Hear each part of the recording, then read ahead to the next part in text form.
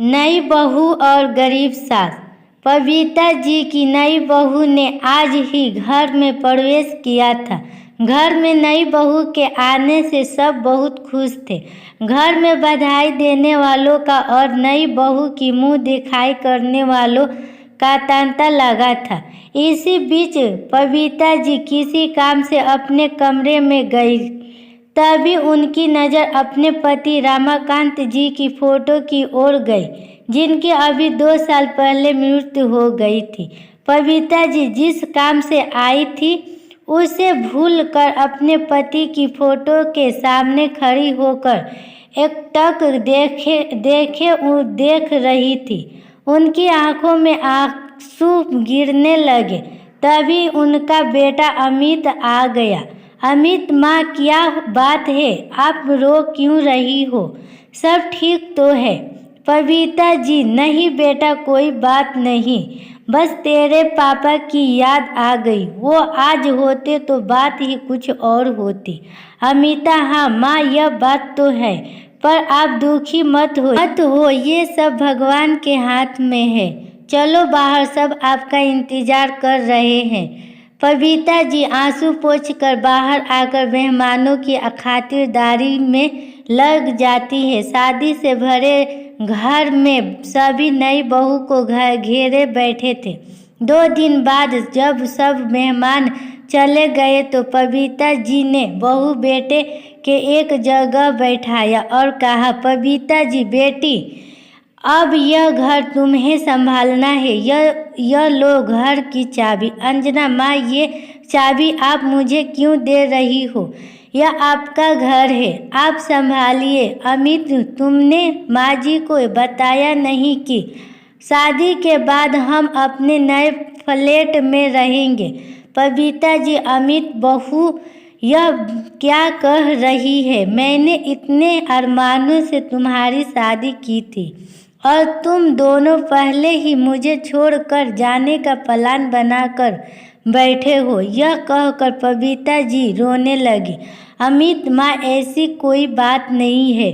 तुम जो जानती हो, अंजना नए ख्यालों की लड़की है, इसीलिए हम अलग रहना चाहते हैं। यहाँ यह एडजस्ट नहीं हो पाएगी। हम आपसे कभी कभी मिलने आया करेंगे और आप चाहो तो कुछ दिनों के लिए हमारे साथ रहने आ सकती हो। यह सुनकर पविता जी को बहुत झटका लगा। उनके पति का स्वर्गवास हो चुका था। इकलौता बेटा अमित भी उन्हें छोड़कर जा रहा था। अब वो अकेले किसके सहारे रहेगी? यही सोचकर वो रोते हुए अपने कमरे में चली गई। दिन बाद अमित और अंजना अपने नए घर में चले गए। जाते समय अमित ने माँ से कहा, अमित, माँ, मैं आपसे मिलने आता रहूँगा और पैसे भी भिजवाता रहूँगा, आप चिंता मत करो। पविता जी, उसकी तुम चिंता मत करो। तेरे पापा इतना कुछ छोड़ कर गए हैं कि मैं जीवन भर सुख से रह सकती हूँ। तू जाकर अपनी गृहस्थी जमा, मेरी चिंता छोड़ दे। अमित और अंजना दोनों चले गए। उनके जाने के बाद पविता जी फुट फुट कर रोई, लेकिन अब कौन था जो उनको चुप कराता, इसीलिए वो रोते रोते सो गई। जब उठी तो छत पर जाकर बैठ गई। इसी तरह कुछ दिन बीत गए। अमित ने अपने नए घर जाकर एक बार भी माँ से बात नहीं किया। अमित के इस व्यवहार से पविता जी टूट गई थी। एक दिन पविता जी की बचपन की सहेली उनसे मिलने आई। पविता कैसी हो? अमित की शादी पर तो मैं आ नहीं सकी, सोचा आज जाकर बहू की मुंह दिखाई कर आती हूँ। बहू कहाँ है? पविता जी, कविता, वो दोनों ये घर छोड़कर चले गए। बहू मेरे साथ नहीं रहना चाहती है।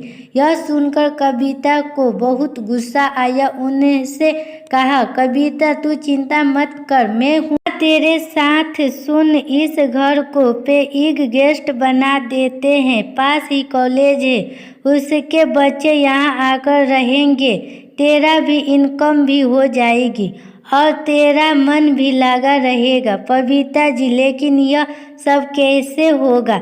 मुझे तो कुछ नहीं आता कविता, मैं काफ़ी दिनों से यही काम कर रही हूँ। तू चिंता मत, सब इंतजाम कर दूंगी। कुछ ही दिन में कविता ने सारा इंतजाम कर दिया। कॉलेज के बच्चे पेइंग गेस्ट की तरह वहाँ रहने लगे। बबीता जी उनसे बातें करती रहती थी, उनका अपने बच्चों की तरह ख्याल रखती। इस सब से समय कब निकल जाता था पता ही नहीं चलता था। बबीता जी इस सब से इतनी खुश रहने लगी कि उन्हें अब अमित और अंजना की याद भी नहीं आती थी। बच्चे भी उन्हें बहुत मानते थे। इस तरह उनका अकेलापन भी दूर हो गया और उन्हें किसी पर बोझ भी नहीं बनना पड़ा।